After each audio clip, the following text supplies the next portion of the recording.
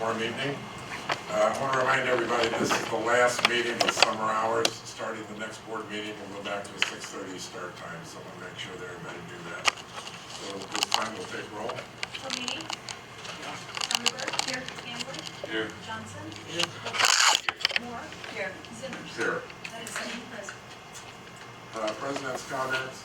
First thing I want to talk about tonight is the loss of Jack Gardner. I want to extend our sympathies to his family. He was a longtime teacher, iconic coach here in town, wrestling coach, as were several members of his family. So we'd like to extend our sympathies to the Jack Gardner family, who died this past week. Rick?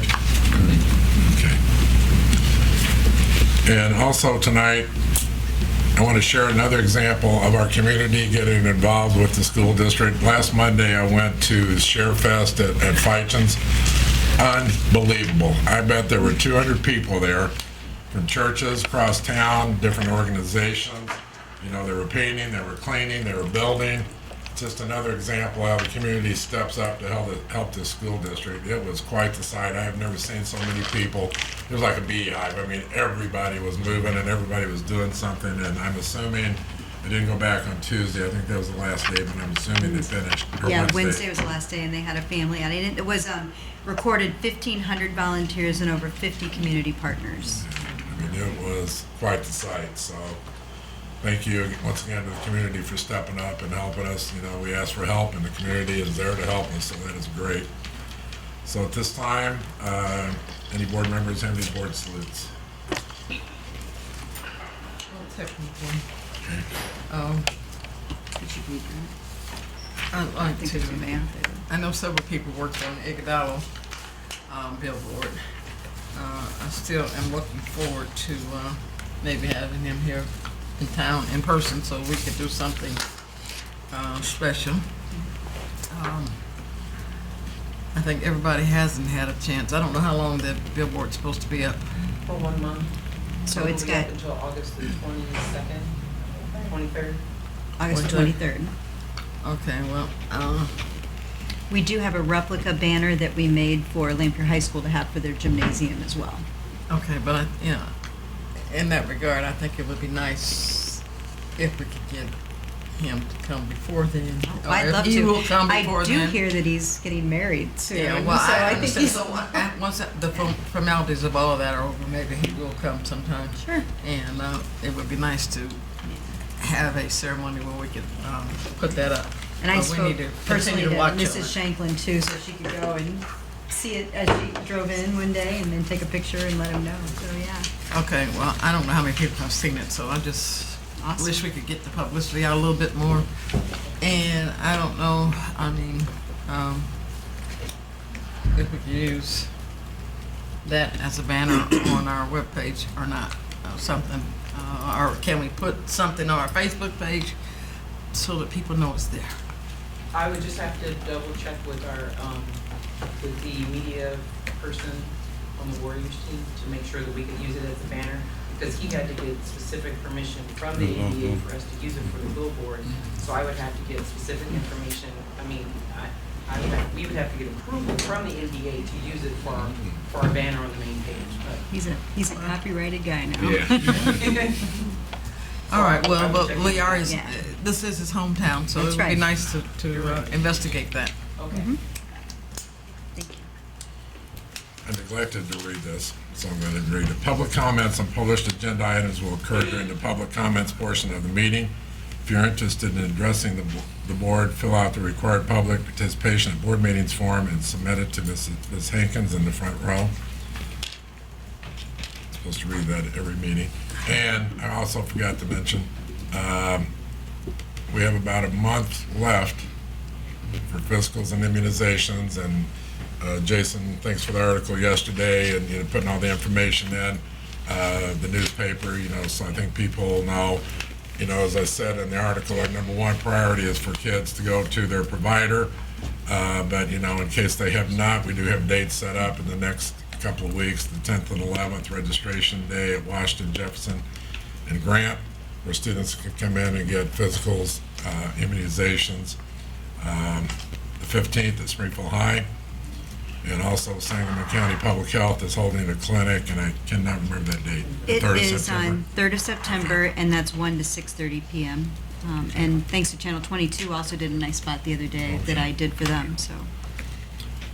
So we're getting plenty of coverage on it, and like I said, I don't want that date to come and us have 700 kids out of school. So we're going to keep pushing here to make sure we got everybody in school by the cutoff date. Mrs. Funderburg had asked a question earlier in the day. The dental, that is not an exclusionary piece. It is not due until May 15th at the end of this coming school year, 2016. But all of our kindergartners, 2nd and 6th graders have to have a dental exam by that time. And we have some programs in our school that help meet the needs of our students, and we continue to get the word out. But that was one other thing that we wanted to address tonight. Thank you. Any other board member? That immunizations that's required for 12th graders, what is it? Right, it's for meningitis, and so if a 12th grader has, going into 12th grade, has not had their first shot, they need to get that. If they're over 16, they just have to have their first shot. Most of them are on their second shot by now if they've been on track. We have already notified all those families at the end of last school year. We had one session where we had over 130 students get shots, but we know there still may be some incoming 12th graders that don't have that, so that will be able to be covered in any of the free clinics that we have as well. Okay, well, I think when you talk about immunizations, that needs to be a special piece because we don't want to get to graduation and kids, Aren't in school. Yeah. they're 12th not- grade, you don't want them to have out of day of school, so we understand that. So once again, to all 12th grade parents, you do have to get a new shot that maybe you hadn't had to have in the past that we will be excluding for if they don't have them. So. Okay. Any other comments or board salutes?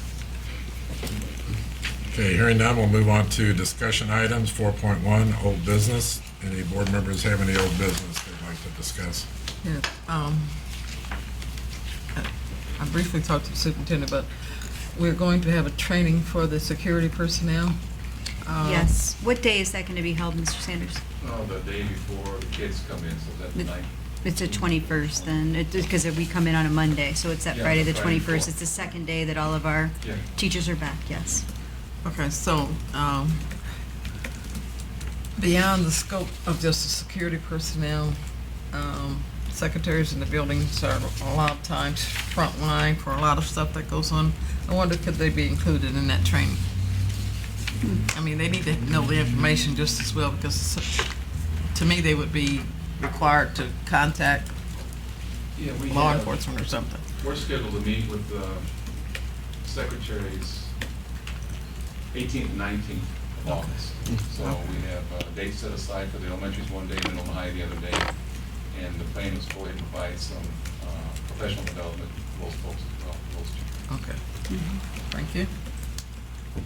And John is also coming for my all administrative meeting, so it'll be covered across the board. Okay? Okay, anybody else have any old business?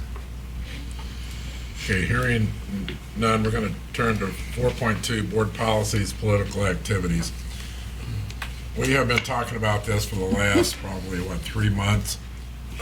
One of the things that we kind of looked at when we had our committee meeting,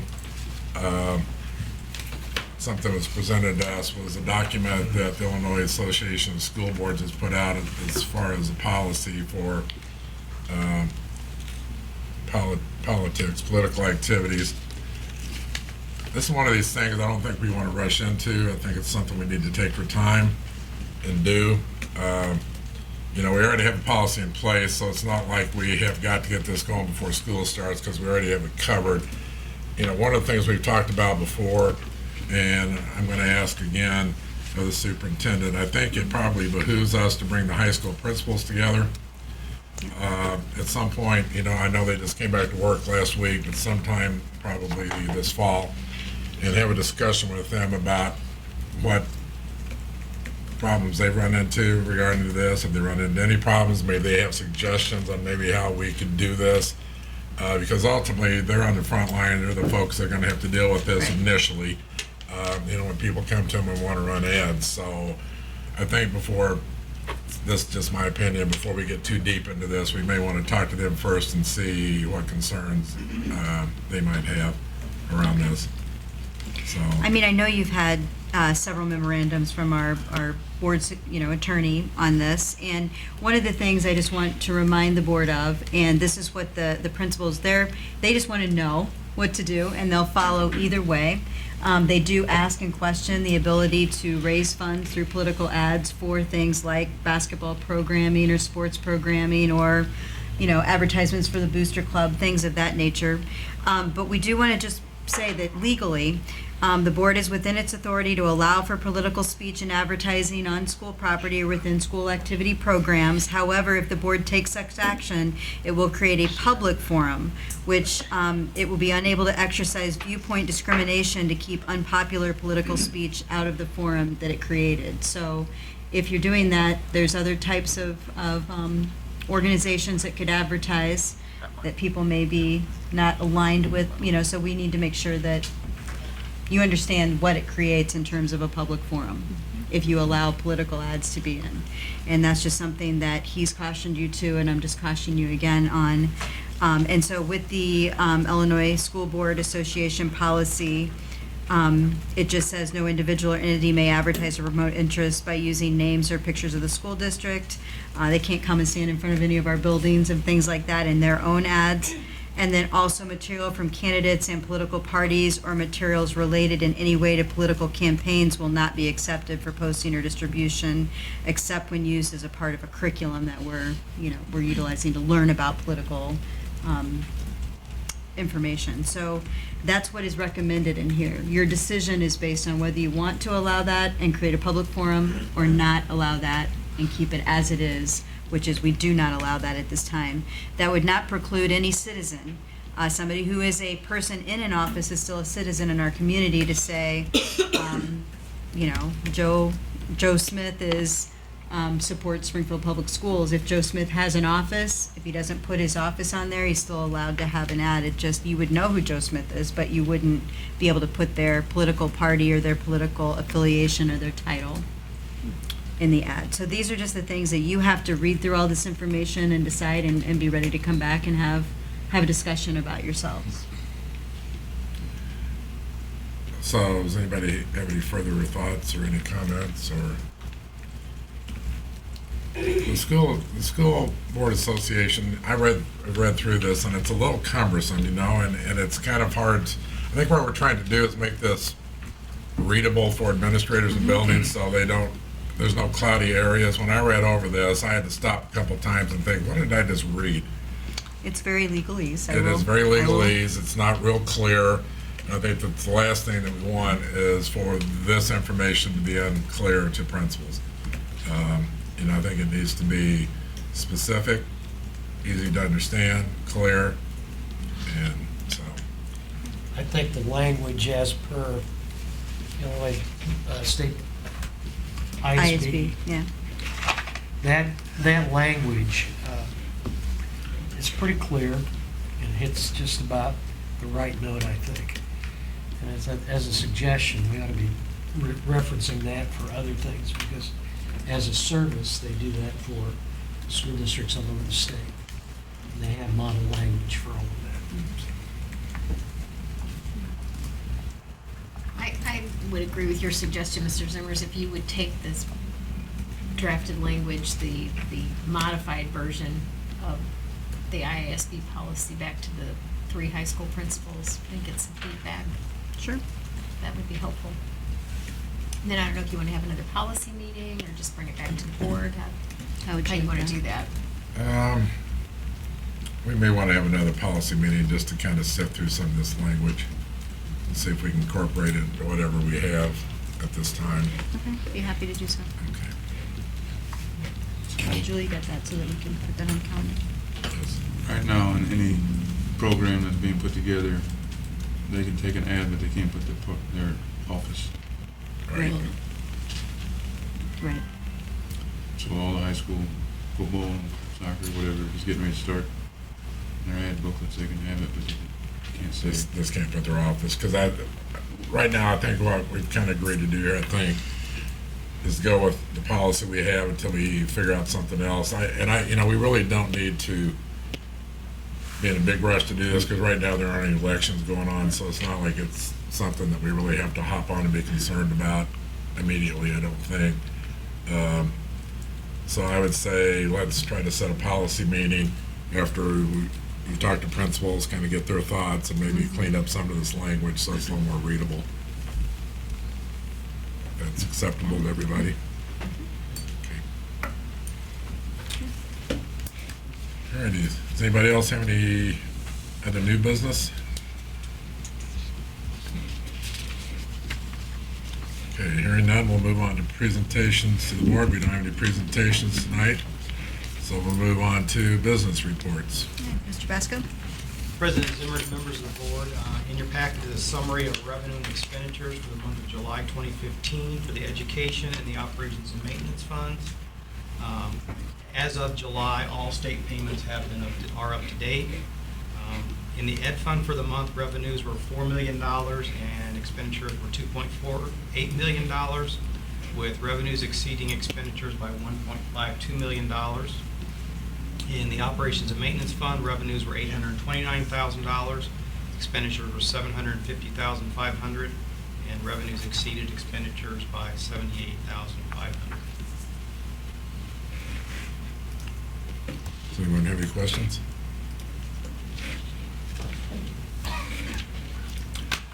I have a question which somebody in this board might be able to answer, Mr. Masco. Has the legislature done any more with pension reform that we've been hearing about, or property tax, or Nothing It's has just- been not that we know of? Okay. Done nothing. Nothing. Pretty much that's the best answer. I'll have a little piece in my puzzle about how that might affect us as Okay. well. Maybe tomorrow, but I doubt it. Is that when they come back? Well, we do. The house is in Thursday, I think. All right. All righty, now on to me. on to superintendent's report. Okay, I have a few things to share tonight. Just another shout out to the Springfield Share Fest. It was just a really great experience to be over there and working with all the volunteers, and made my daughter go and put a little elbow grease in this time.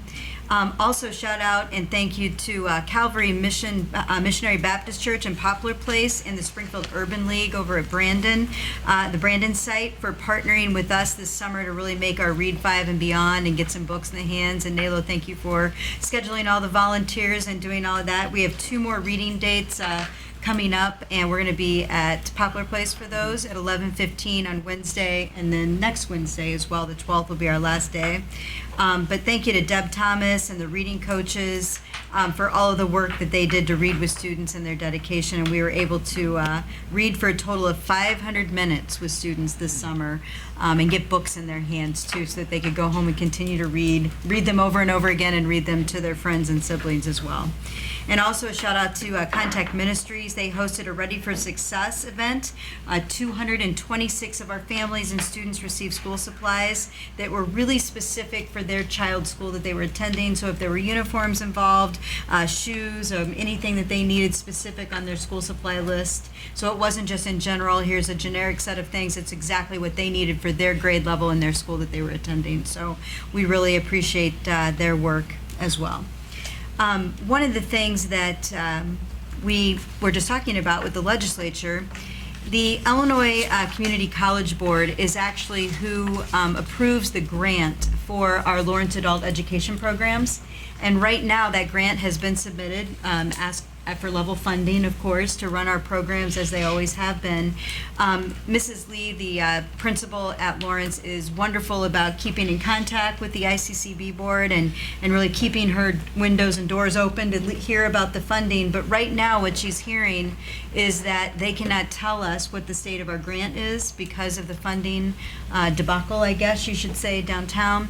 And so we're kind of on hold with knowing how much money we're going to get, if there's going to be any reduction in that amount for Lawrence Adult Education Center. And so right now, we know that it costs us about $5,017 to run Lawrence Adult Education Center a year. Am I right about that? Feel- 17,000. Okay, 517,000. And with that being said, we just want you to be mindful of that. We are keeping our information channels open with ICCB and listening about, of course, what's happening downtown. You do realize that secondary education, post-secondary education got cut quite a bit in some of the initial budget proposals. So we're just keeping our ear to the board about what we need to do. So at the next board meeting, I'm staying very hopeful. Everything's very tied up in all of the red tape, so to speak, with all the conversations. We'll bring some reports to you at the next board meeting, just to let you know where we are with keeping that program alive. We do have 9 total employees that are over there that serve, several students in those programs for our post, for anything they need to do with their GED or with credit recovery programs and night credit recovery programs. So it's a very successful program, and we want to make sure that we are keeping our information open about the funding for that program and just bring that to your attention at this meeting so that we can hopefully have an answer by our next meeting. That's right, because you're going to get all that figured out down there. We can move forward. But we did want to let you know about that because it is all related to what funding the ICCB board gets from the state, and then they dole that out through their grants. So best case scenario is we're funded level, just like with the grant that we wrote. Worst case scenario is we don't get any funding or somewhere there in between. So we're keeping our eyes open about that. Are there any questions about that? That was something kind of new that came onto my plate today. What's the level of service then that we could offer if the worst case happens and there is no funding? Right, and that's exactly what we'd like to bring you back at the next board meeting if we're starting to hear that there's no funding. We do know that we can cover it from some time if we don't know. It's whether or not we have the money, and it's really up to you whether we allocate it out of our regular funds throughout the next, rest of the year if we think we're getting the worst case scenario. So, Joe, do you have anything else No, to I add? think Because I that's asked fine. him the same exact question today. No, I think we need that's- to start planning. We just Yeah. need to kind of keep an eye on it and see keep asking where we might be, but like Mrs. Gill said. Is we it have- 30% reduction? Right. Is it 50%? Is it We have the money minimal? to carry it once we can determine what our grant amount will be. So, The question is, $517,000, the question is, do we want to carry it, that full amount? That'll be the question we'll have to wrestle with, right? So once again, we're trying to stay hopeful, but we want to have a plan of action in place, so we're going to put our feet on the ground and get that going. It wasn't as much of a worrisome thing until just as of late, they're just really getting worried. I think ICCB is getting worried because they're not hearing about their funding sources. And so, okay. And so in the meantime, have they tried to look for maybe some outside source for funding, federal grants or private it's- institutions or something like that? We have not at this point in time looked for outside. We do have a Lincoln Land Community College also offers similar programming out there. There's things that we could look at, I guess, but it's something that we need to continue to work on from now until. It would be nice if we had a plan B since That's right. those students They need did the come out of programming. Springfield Public Schools and they are going to They need need the some programming. assistance in getting moving forward. That ties in with economic development. Totally understand that. Yeah. All right. The other thing today is there was some press today about the governor signing the concussion bill. And I just wanted to give you a little update to let you know that we're kind of ahead of the curve and already have aligned ourselves. This has not been new knowledge that this bill is going to be passed. It is something that we've known about for some time. We've known the language around it. All 3 high schools have certified athletic trainer assigned to each school. These trainers are present and available at our football games and contests and upon request at other sporting events. It's also an expectation that our trainers address parents at a mandatory meeting at the beginning of each season for each sport. Athletic care and sports care also assign physicians to attend all of our varsity home football contests as well. impact testing, which is baseline testing that is highly recommended for any student as they enter sports to kind of get a baseline of where you are, hopefully catching you before you've had a concussion. It does take place at all 3 of our high school. All ages and activities are offered the opportunity. It's not funded. This is an unfunded part of the concussion mandate. It's suggested and highly effective to kind of know where a student is before they have a concussion, and they can tell if there's a difference after that. Right now, it's a $5 per student test to get that done. Ideally, incoming 9th graders and then any 11th graders, plus those who have not been tested. We would want to see that happen. It would be, if we were to fund it, about a $3,000 to $4,000 cost to the district to provide that type of impact testing for all concussions. The IHSA has developed training in the recognition and response to head injuries and concussions, and all coaches and officials have to go online and complete that training as a part of their job duties. And the program includes information on concussion awareness, training, recognition, and practices to avoid those types of injuries in the course of their sport. We have on our athletic card, if you've ever had an athlete, it's a green card that you fill out. There's a complete concussion section that parents have to read and sign off on. And that's for middle school and high school for any sport. So it's also IESA as well as IHSA. Parents sign off that they know about the protocol about returning to play. And the new part of this law that's interesting is there's return to play information, not only for whether you can physically go and go to practice and play, but also whether you can attend school. And so the doctor has to fill that part out too, because it affects not only your ability to be able to be physical, but also to be able to attend academically as well. So those are the information. This is all also referred to in our athletic policy manual that we give all of our players. So we just wanted you to be aware that we're ahead of the curve on that. It's going to get some press, I'm sure, because it was front page on SJR today that the governor signed the bill, but we've known about this language for some time and been able to incorporate it in our current policies into our next school year. Okay, is there anything else, Mr. Sanders? I know you've been intricately working with this. We I think in 2011, when we had to come up with the policy, we included a lot of this language initially, and I think we've been able to kind of add it as we've gone along, as we've seen that this is still staying with us, and actually there's been greater accountability for the schools as well as the state mandates, if you will, and so we're preparing for it and working with sports care and athletic care. They're with that as well, and so they can add additional training to make sure that their trainers are aware of what's going on, and working with their coaches and educating our parents as well as our coaches and players. Do we have athletic care and sports care at any sporting events beside football? Yeah, we do.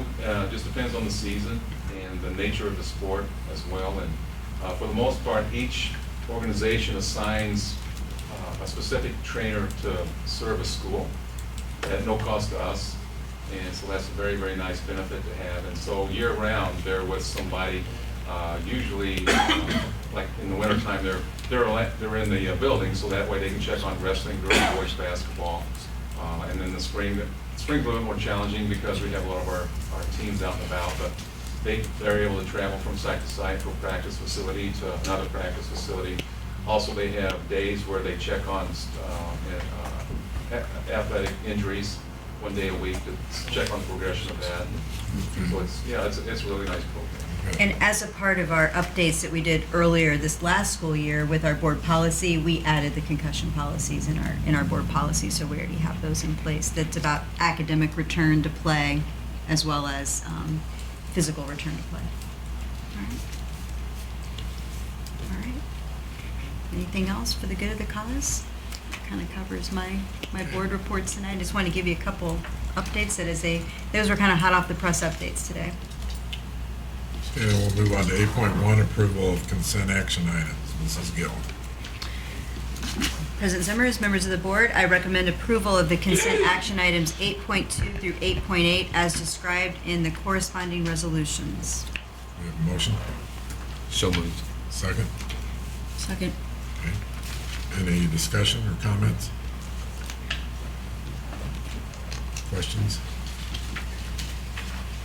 Okay, hearing none, we'll take a vote. Funderburg. Aye. Handley. Aye. Johnson. Aye. Lopez. Aye. Moore. I'm abstaining from 8.2. Okay. Zimmers. Aye. Flamini. Aye. That is 7 aye votes with the noted abstention on 8.2. Okay. Mr. President, before you move on, Mhm. can we, get an update on summer construction? Are we gonna be ready at Lincoln and everybody to go back, everywhere to go back to school? Yeah, it'll be very close. It'll be like that. Like every Yes, year. we'll be ready, that's what you're We will saying. be ready. I heard. We will have children in their seats. Children in their seats, but they won't have to walk around, construction workers or anything. No, no. We'll have phase 1 completed and furniture all put back in, cleaned up. And it'll be like a house. But it's going well. They're scheduled to be done with phase 1 on the 8th. And that's what we're shooting for. That gives us 2 weeks to put it back together. And am I saying that every wall will be painted? No, because that's not how the phasing worked. But the bathrooms will be ready. The air conditioning for the gym and the cafeteria will be there. They'll still be running on their window units for the classrooms because that's phase 2. Much of the lighting will be completed. Fire alarm will be ready. All the exiting will be safe and required as required. There may be a point where we're replacing the chairlift. That will be the closest thing to being done before the 24th. That's a specialty item that took a little while, but that doesn't mean we couldn't have school. Other than that,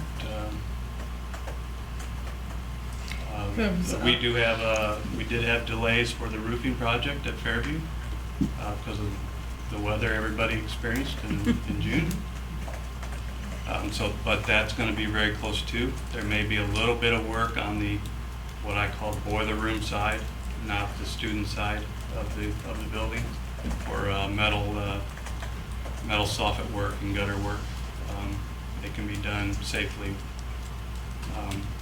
with the students in the school, since they will not be out on that part of the property. Lanphier High School, the work there in the home ec room is coming along. The cabinets were a long lead item. They're there and being installed right now. What else did we do? Hazeldale and Laketown, they're finishing up. They should be able to run those units also before school. And then we had a little bit of abatement in the choir room and art room at Lanphier. Those projects are completed. Those pieces are completed. We, and I was going to do this in announcements, but Mrs. Hyen and her staff are working out of H.O. Lindsay Elementary School for the meantime right now Right. until they can get into their office, and is the earliest point possible that they can work out of their office, they'll be there, and that has been communicated. And then also right now, we're having a major road repair on West Reynolds, which is where the business Right. office is located. People are having to enter in off of Mason Street and kind of drive back and snake back, which is causing a hindrance to getting into Douglas School parking lot, Douglas Prep's parking lot. So at this time, unless there's a major change, next Monday and Tuesday when we have registration, that's going to be held at Lawrence Adult Education Center. They've opened their doors for Douglas to be able to register there, and will be communicated at the time. We're just waiting to see what the road work's done, but they've got the whole street blocked off. Right, Can't drive down it from Douglas whatsoever. down to Walnut, it's they're re-bricking that pavement. And today it was a hole, so we're not talking like they're almost done with it. It's like a I little was hole. assured that it would be ready before the teachers come back, 20. which is I said the 17th. So. Okay, nice. Good. assuming they're getting new teachers, but maybe they're not, I don't know. Because But, new teachers come back on the 17th. New teachers come That's back on right. 17th, so the city is shooting for, to have that section done before the 17th. That still doesn't mean Reynolds is completed, because they're going down to Rutledge. That section will take a long time. There will be some transportation, busing that will need to work to go down Taylor as opposed to going all the way down Reynolds. So, but we can work that out. Taylor. That little cross street that goes over to Carpenter from Reynolds. I don't think that's Taylor then, but anyway. Well, I Alright. thought it was Taylor, I'm not sure. I go down it all the time and never look at signs. Okay. Well, that's, we need to know that so that the parents and people Yeah. that, my I've been in constituents who communication. ask me what's going on, I can tell them. Right, but, I guess the biggest concern is Lincoln. It's going along well, and we'll do everything we did, just like Isles, to get it ready for students on the 24th. Okay, thank you. Okay, now to roll call action items, 9.1.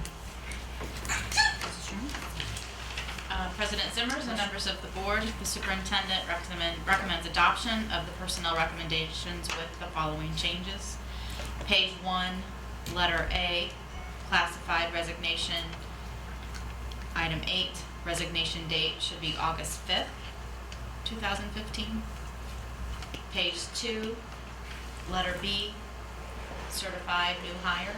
Item 16, that employee will move from Masters 9.5 to Masters 9.9 due to additional transcripts being received reflecting additional education. Page 3, letter E, classified change of assignment. Item 9, the start date should be August 4th, 2015. And lastly, on the addendum, number 7, letter D, additional allocation for 1 year only. Okay, we have a motion, So moved. second. Second. Any questions or discussion? Hearing none, we'll take a vote. Hanley, Aye. Johnson, Well, but I do have some problems with some of these notations, and corrections. I will discuss them with you later. Lopez, Aye. Moore, Aye. Zimmers, Aye. Flamini, Aye. Funderburk. Aye. That is 7 aye votes. Okay, now 9.2, approval of a resolution regarding Vision 2020. I'm going to just step for 1 minute, 9.1. With that personnel recommendation, we did accept the immediate retirement of longtime parent educator Rhonda Cook. At all the other retirements, I got to celebrate with them and say some nice words of encouragement to them as they move on. And she has served our district for many years and touched the school, every single school in our district at some level throughout her career, but most recently serving in the Title I department. I know, Mr. McVeigh, you're here, and we're sad to see her go. And I know she's not here tonight, but I would also tell her personally how much we appreciate the service that she's given to our district, not only just serving in the variety of roles from a teacher at Lawrence to working as a parent educator and then heading the parent educators, but just the service she's given to students with low income and high levels of need throughout our district. So I just wanted to have a chance to say that, since she's retiring at a different time of year than when we can with our celebration, and we'll get her a bell. She deserved it greatly. Okay, 9.2, it's on to me again. I brought Vision 2020 to your attention on numerous occasions, and I wrote about it this week in my article. Actually, since then, we got beat just a little bit by the governor, because he did sign the legislative bill yesterday on behalf of Vision 2020, ensuring a balanced accountability measure, focusing on continuous improvement, recognizing the diversity of struggling schools, and aimed at eliminating achievement gaps across the state. It also has models involved that allow for local flexibility, promote shared accountability, and really focused on school improvement. Many school districts, and I would say a majority of school districts across the state of Illinois, have moved with their boards of education to adopt a resolution of support of Vision 2020 and the way it comes together. So I'm asking you, I'm going to read a couple resolutions here and asking us to vote to support the work that this group is doing to move us forward in education in the state of Illinois. So it would be read, be it resolved that the Springfield Public School District 186 Board of Education joins with the Illinois Association of School Administrators, Illinois Association of School Boards, Illinois Principals Association, Illinois Association of School Business Officials, Illinois Association of Regional Superintendents, and the Superintendent's Commission for the Study of Demographics and Diversity in supporting the Vision 2020 Education Improvement Proposal. And be it further resolved that the Springfield Public Board of Education urges the Illinois General Assembly to move forward with necessary legislative changes to implement the recommendations under the 4 pillars of educational improvement as contained in the Vision 2020 document, which I did provide to you this week. But they are, once again, shared accountability, 21st century learning, highly effective educators, and equitable and adequate funding sources. Those are the 4 pillars. Are there any questions? We have a motion? So moved. Second? Second. There's no questions? Questions? Concerns? Okay. Hearing none, we'll take a vote. Johnson, Present. Lopez, Aye. Moore, Aye. Zimmers, Aye. Ramini, Aye. Funderburg, Aye. Handley. Aye. That is 6 aye votes and 1 present. Okay, is there anything else for the good? Remember, we're back on regular time next time. Yes, next time we're back on a 6:30 start. We'll be back on the fall winter schedule. So I'd like to thank everyone for coming, and we'll see you in a couple weeks.